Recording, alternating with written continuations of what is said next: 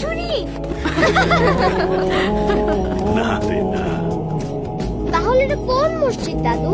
এটা হলো মসজিদুল আকসা। কি সুন্দর। এই মসজিদটা কোথায় দাদু? এটা ফিলিস্তিনে। এই মসজিদুল আকসাই ছিল আমাদের প্রথম কিবলা। কিন্তু সেদিন যে বলেছিলে আমাদের কিবলা হলো কাবা শরীফ, আমরা তো কাবা শরীফের দিকে ফিরে নামাজ পড়ি। বাপরে, সাকিব ভাইজানের দেখে ভালোই মনে আছে। আমারও মনে আছে, কাবা শরীফ বিমানে চড়ে যেতে হয়। সাব্বাস বিমান। তাহলে এসো বিমান, তোমার পিঠে চড়ে কাবা শরীফ যাই।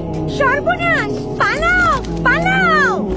শোনো সাকিব, আমাদের শেষ নবী হযরত মুহাম্মদ সাল্লাল্লাহু আলাইহি ওয়াসাল্লাম আল্লাহর আদেশে প্রথমে এই মসজিদুল আকসার দিকে মুখ করেই নামাজ পড়তেন। এরপর আল্লাহ রাব্বুল আলামিন কাবাকে কিবলা বানিয়ে দেন।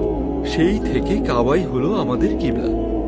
কাবা শরীফ বানিয়েছিলেন হযরত ইব্রাহিম আলাইহিসসালাম এবং তার ছেলে ইসমাইল আলাইহিসসালাম। তিনি তার আরেক ছেলে ইসাক আলাইহিসসালামকে নিয়ে মসজিদুল আকসা নির্মাণ করেন। এখন কিন্তু মসজিদুল আকসা ইসরায়েল দখল করে রেখেছে, মুসলমানরা সেখানে যেতে পারে না। তবে তুমি আরেকটু বড় হলে আমরা তোমাকে নিয়ে কাবা শরীফে হজ করতে যাব ইনশাআল্লাহ। ইনশাআল্লাহ।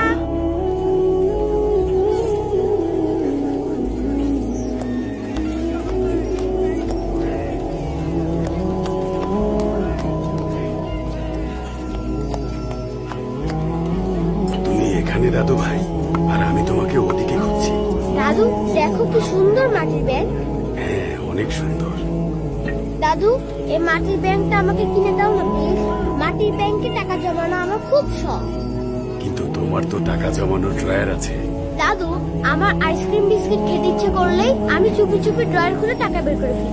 মাটির ব্যাংকের টাকা জমালে তো আর ইচ্ছে মতো খরচ করতে পারবো না। এভাবে টাকা জমালে একদিন আমার অনেক টাকা হবে। অনেক টাকা দিয়ে কি করবে দাদু ভাই? কাবা শরীফে যাবো। সুবহানাল্লাহ। মাশাআল্লাহ, কত বুদ্ধি তোমার। এই মাটির ব্যাংকের দাম কত ভাই? দাম দেওয়ান লাগবো না, আমি তো আর কাবা শরীফে যাইতে পারুম না। বাবু যদি মাটির ব্যাংকে টাকা জমাইয়া মক্কা শরীফ যায় তাইলেই আমি খুশি। বাবুরে এটা আমি উপহার দিলাম। আঙ্কেল আমি যেদিন কাবা শরীফে যাব সেদিন আপনার জন্য অনেক দোয়া করব। আপনিও যেন কাবা শরীফে যেতে পারেন। ইনশাআল্লাহ, আল্লাহ তোমার দোয়া কবুল করুন। চলো দাদু ভাই, এবার তাহলে বাড়ি ফেরা যাক। আসসালামু আলাইকুম।